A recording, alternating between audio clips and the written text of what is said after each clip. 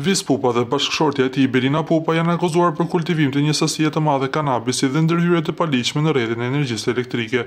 Aktori është larguar nga Australia dhe aktualisht ndodhet në kërkim. Në lidhje me këtë ka reaguar dhe Bardhi, ku është shprehur i ashpër në postimin e tij.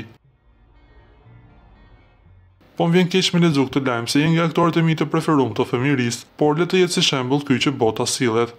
Unë ngutem me fol për dikon që se njeh, as të ka dëmtuti kurrë. E gjatë kohës është shtëpisë e famshme, e shkruajshte në story Free Bardhi pa arsye. Tash po ta shkruaj unë ty Free Elvis me arsye. Është shprehur Bardhi, duke habitur jo pak fansat e tij, por edhe të Elvis Pupës.